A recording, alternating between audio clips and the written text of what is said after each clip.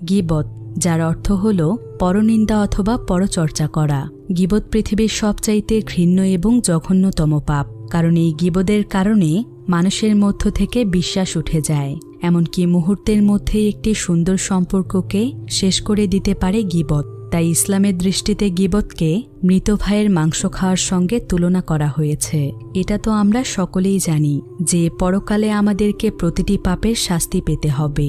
কিন্তু কি হবে যদি আমাদের পাপের শাস্তি দুনিয়াতেই দেয়া হয়, এমনকি আমাদের উপর নেমে আসে ভয়ানক আযাব? তাহলে এর পরিণতি কি হতে পারে?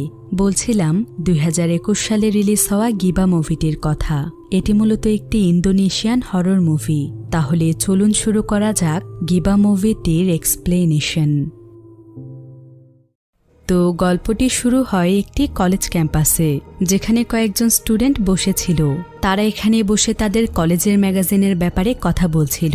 তারা আলাদা আলাদা গল্প এবং আলাদা আলাদা ম্যাগাজিনের ব্যাপারে ডিসকাস করছে। আসলে তারা সবাই মিলে তাদের এবারের ম্যাগাজিনটি একটু ভিন্নধর্মী করতে চাইছিল। তো তারা এখানে চিন্তা করে এবারের ম্যাগাজিনটি তারা একটি সত্য ঘটনার উপর লিখবে। তারা ছিল মোট 6 জন বন্ধু, আর এই 6 জন মিলেই বাস্তব ঘটনার উপর একটি ম্যাগাজিন তৈরি করতে চাচ্ছিল। তো তাদের মধ্যে আরগা হলো ম্যাগাজিনটির চিফ এডিটর, আর বাকিরা ছিল তার সহকারী। তারা হলো ফার্লি, ওলফা, ইয়োলা এবং রেনো। তবে তাদের সার্কেলে ওক্টা নামক একজন মেয়ে ছিল, আর তারও এই ম্যাগাজিনটিতে কাজ করার কথা।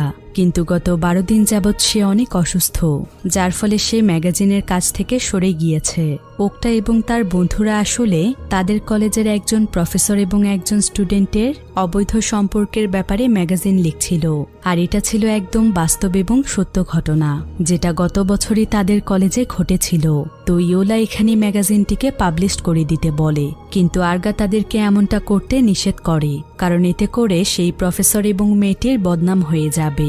আর জেনে শুনে এমনটা করা কোনো ভালো কাজ নয়। তাই আরগা একটি আলাদা ম্যাগাজিনের উপর কাজ করতে চাইছিল। তো আরগা এখানে সবাইকে এ ব্যাপারটি খুলে বলে। কিছুক্ষণ পর তাদের বন্ধু রেনো তাদের সবার জন্য খাবার অর্ডার করে, আর সঙ্গে সঙ্গে তাদের খাবার চলেও আসে। তবে এই সমস্ত খাবারগুলো ননভেজ ছিল, অর্থাৎ খাবারগুলো ছিল শুধু মাছ আর মাংস। কিন্তু তাদের মধ্যে ফার্লি ছিল একজন পিওর ভেজিটিয়ান, অর্থাৎ সে মাছ মাংস খায় না, সে শুধুমাত্র শাকসবজি খায়। তাই রেনোর অর্ডার করা খাবার ফার্লি খেতে পারে না। আরগা এতে রেনোর উপর অনেক রেগে যায়, কারণ তারা সবাই খুব ভালো করেই জানে যে ফার্লি একজন পিওর ভেজিটিয়ান। তারপরও রেনো জেনে শুনে ননভেজ খাবার অর্ডার করেছে। সে চাইলেই তো ফার্লির জন্য আলাদা খাবার অর্ডার করতে পারত, কিন্তু সে এটা করেনি। আর এ কারণেই আরগা রেনোর উপর একটু রেগে যায়। তাছাড়া আরগা আসলে ফার্লিকে ভালোবাসে, কিন্তু সে এটা তাকে কখনো বলতে পারেনি। তাই আরগা সবসময় ফার্লির খেয়াল রাখে। তো তাদের সেখানে কাজ শেষ হয়ে যাওয়ার পর সবাই সবার বাড়িতে চলে যায়। ফার্লিও তার বাড়িতে চলে যাচ্ছিল, কিন্তু ঠিক তখনই আরগা তাকে ডাকে। আর সে ফার্লিকে বলে, তুমি কি আমার সঙ্গে আমাদের বাড়িতে আসবে? তাহলে আমরা দুজন মিলে স্টোরির কাজটা একটু এগিয়ে রাখতে পারতাম। কিন্তু ফার্লি তাকে জানায় যে বেশ কিছুদিন ধরে তার বাবা অসুস্থ, তাই আজকে তার বাবাকে হসপিটালে নিয়ে যেতে হবে, যার ফলে সে আজ তার সঙ্গে যেতে পারবে না।